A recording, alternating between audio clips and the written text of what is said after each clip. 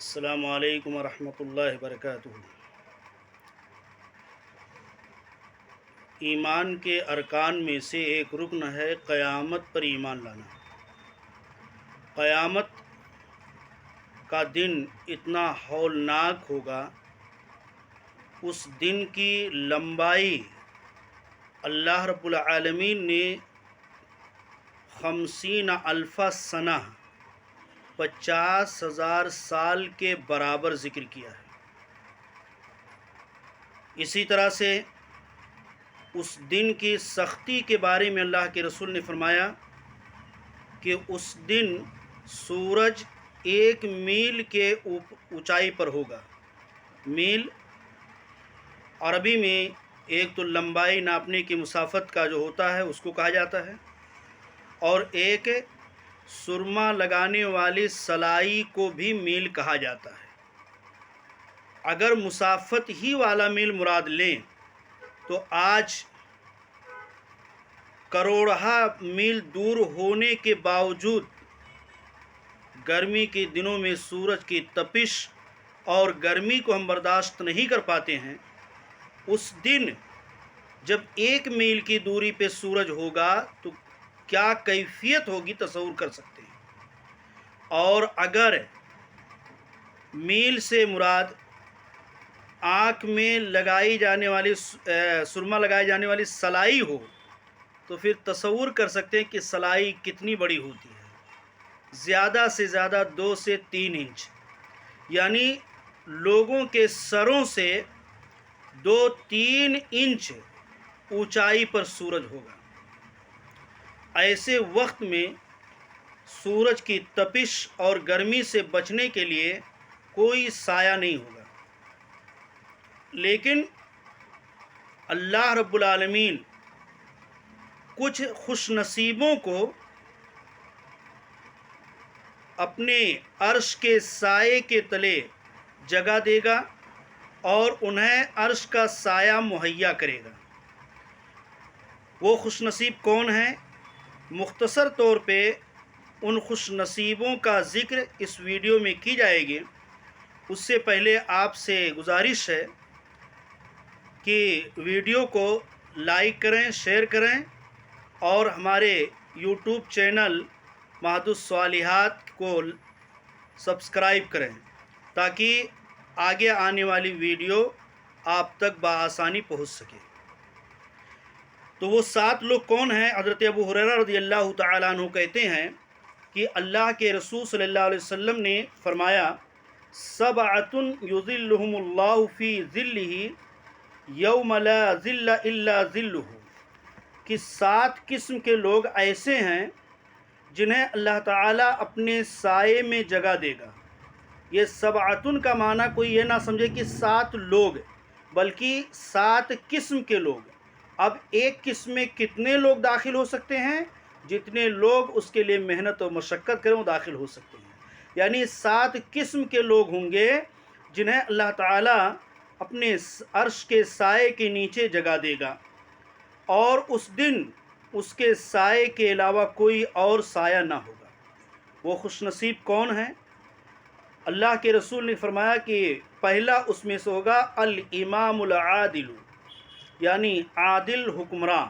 جو اپنی رعایا کے معاملات میں عدل و انصاف کرتا ہے، کسی کی دیکھا یا کسی کی طرفداری یا کسی قرابت کا پاس و لحاظ نہیں کرتا، بلکہ اللہ رب العالمین کے احکام کو فالو کرتے ہوئے وہ عدل و انصاف سے کام لیتا ہے، تو ایسا حکمراں عرش کے سائے کے نیچے جگہ پائے گا۔ دوسرا، شاب نشا فی عبادت اللہ، وہ جوان جس کی نشو نما، جس کی جوانی، جس کی پرورش اللہ کی عبادت میں ہوئی ہو، جس کی جوانی اللہ کی عبادت میں گزری ہو، ایسا جوان بھی ان خوش نصیبوں میں سے ہوگا جنہیں عرش کے نیچے جو ہے جگہ ملے گی، عرش کا سایہ نصیب ہوگا۔ اور تیسرا، وَرَجُلٌ قَلْبُهُ مُعَلَّقٌ فِي الْمَسَاجِدِ، تیسرا وہ آدمی جس کا دل مساجد میں لٹکا ہوا ہو۔ مساجد میں لٹکا ہوا کا مطلب کیا ہے؟ کہ ہمیشہ دل مسجد سے لگا ہوا ہو، ایک نماز پڑھ کر کے آیا، دوسری نماز کے لیے مسجد میں جانے کی تڑپ ہو، انتظار ہو کب نماز کا وقت ہو، کب اذان کی آواز آئے، مؤذن حی علی الصلاۃ اور حی علی الفلاح کی صدا بلند کرے اور میں اللہ کی بارگاہ میں پہنچوں، اللہ کے سامنے اپنے پیشانی کو ٹیک دوں، اس کی تڑپ ہو، جذبہ ہو، تو وہ خوش نصیب بھی اللہ رب العالمین کے عرش کے سائے کے نیچے سایہ پائے گا۔ اور چوتھا، وَرَجُلَانِ تَحَابَّ فِي اللَّهِ اجْتَمَعَ عَلَيْهِ وَتَفَرَّقَ عَلَيْهِ، یعنی دو آدمی جو آپس میں محبت کرتے ہیں، وہ خونی رشتے کی بنیاد پہ نہیں، علاقہ اور زبان کی بنیاد پہ نہیں، یا کسی دنیاوی مفاد کی بنیاد پہ نہیں، بلکہ ان کی محبت اللہ رب العالمین کی خاطر ہے۔ اجتماع علیہ، اللہ کے لیے وہ اکٹھا ہوتے ہیں، وتفرق علیہ، اور اللہ کے لیے ہی جدا بھی ہوتے ہیں۔ تو ایسے دو محبت کرنے والے عرش الہی کے سائے میں جگہ پائیں گے۔ اور پانچواں آدمی کہ وَرَجُلٌ دَعَتْهُ امْرَأَةٌ ذَاتُ مَنْصَبٍ وَجَمَالٍ فَقَالَ إِنِّي أَخَافُ اللَّهَ، یعنی وہ آدمی جسے کسی صاحب جمال، خوبصورت حسینہ اور صاحب منصب عورت نے برائی کی دعوت دی، دعوت زنا دیا، اور اس کے دعوت پہ اس نے کہا انی اخاف اللہ، میں یہ گندگی، یہ برائی، یہ زنا، یہ بدفعلی نہیں کر سکتا، میں اللہ سے ڈرتا ہوں۔ اللہ سے ڈر کر کے وہ اس کی دعوت کو جو ہے ریجیکٹ کر دے، انکار کر دے، رد کر دے، تو اسے اللہ تعالیٰ ان خوش نصیبوں کے ساتھ عرش الہی کے سائے میں جگہ دے گا۔ چھٹا، وَرَجُلٌ تَصَدَّقَ بِصَدَقَةٍ فَأَخْفَاهَا حَتَّى لَا تَعْلَمَ شِمَالُهُ مَا تُنْفِقُ يَمِينُهُ، یعنی چھٹا وہ آدمی جس نے اللہ کے راستے میں خرچ کیا تو اپنے خرچ کو اتنا چھپایا کہ اس کے دائیں ہاتھ کو بھی خبر نہ لگی کہ بائیں ہاتھ کو بھی خبر نہ لگی کہ دائیں ہاتھ نے کیا خرچ کیا۔ مطلب کیا ہے کہ کانوں کان کسی کو خبر نہیں ہونے دیا۔ اس سے پتہ یہ چلتا ہے کہ ہم بہت سارے نیکیوں کے کام کرتے ہیں، اس میں سے کچھ کام ایسے بھی نیکیوں کے کرنے چاہیے جس کی خبر کرنے والے اور اللہ کے علاوہ کسی اور کو نہ ہونے پائے۔ تو کوئی آدمی اللہ کے راستے میں اپنے مال کو خرچ کرے اور کسی کو نہ دکھائے، کسی کو نہ بتائے، ریا نمود نہ کرے، اتنا چھپائے کہ دائیں ہاتھ نے جو خرچ کیا ہے بائیں ہاتھ کو بھی علم نہ ہو پائے، تو اس شخص کو اللہ تعالیٰ ان خوش نصیبوں میں داخل کرے گا جو عرش الہی کے سائے میں جگہ پانے والے ہیں۔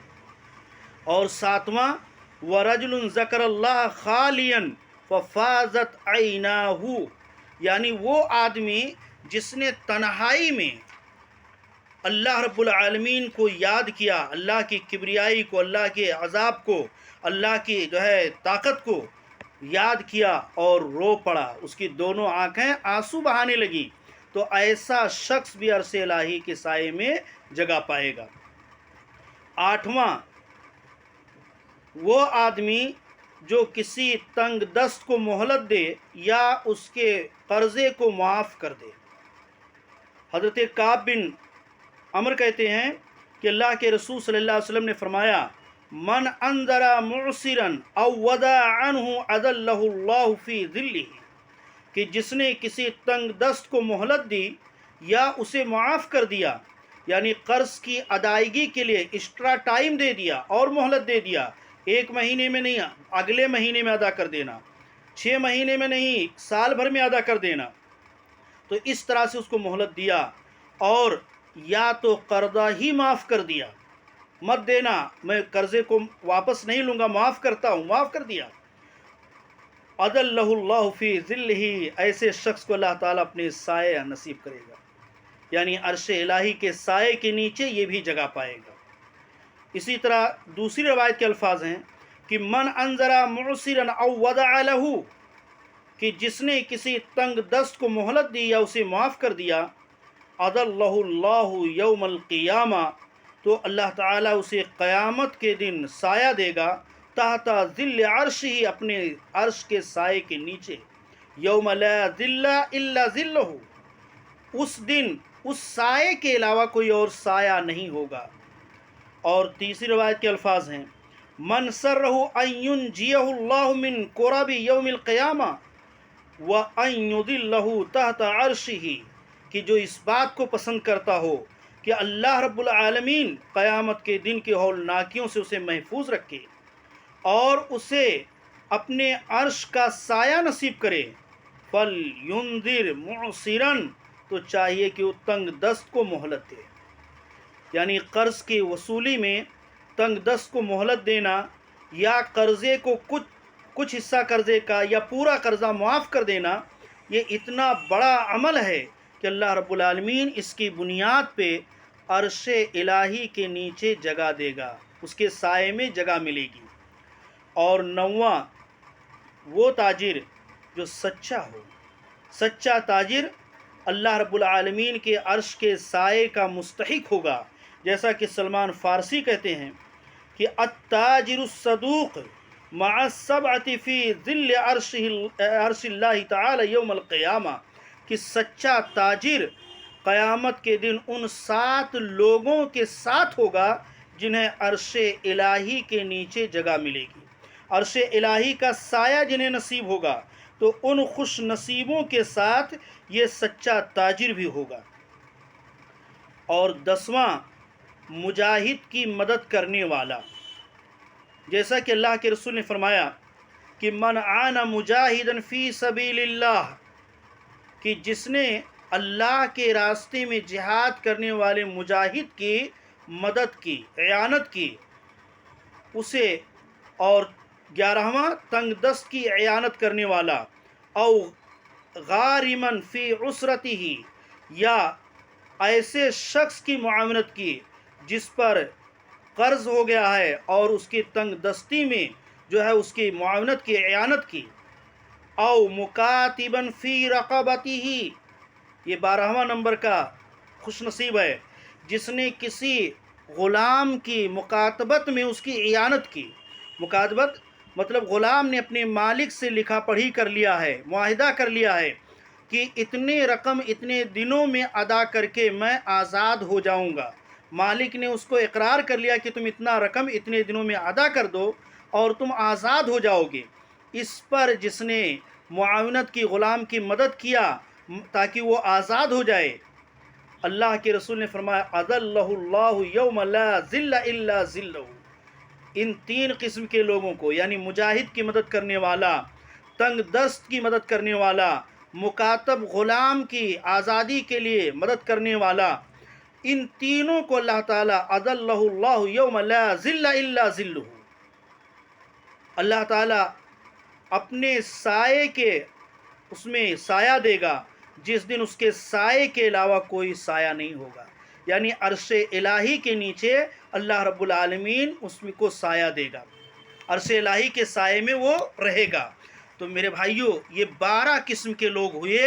جنہیں اللہ رب العالمین اپنے عرش کا سایہ نصیب کرے گا۔ لہٰذا ہمیں اور آپ کو کوشش کرنی چاہیے کہ ان 12 قسموں میں سے کسی ایک قسم کے اندر تو آ جائیں، تاکہ ہم بھی ان خوش نصیبوں میں ہو جائیں، ہمارا شمار بھی ان میں ہو جائے جنہیں اللہ رب العالمین اپنے عرش کے سائے میں جگہ دے گا، تاکہ قیامت کی ہولناکی، اس دن کی گرمی اور اس دن کی سختی سے ہم اپنے آپ کو محفوظ کر سکیں۔ اللہ تعالیٰ سے دعا ہے کہ الہ العالمین ہم تمام لوگوں کو کہنے اور سننے کے ساتھ سمجھنے اور عمل کی توفیق عطا فرمائے، اور ہمیں بھی ان خوش نصیبوں میں داخل فرمائے۔ اور آپ لوگوں سے گزارش ہے کہ ویڈیو اگر پسند آئے تو لائک کریں، شیئر کریں اور چینل کو سبسکرائب کریں۔ السلام علیکم ورحمۃ اللہ وبرکاتہ۔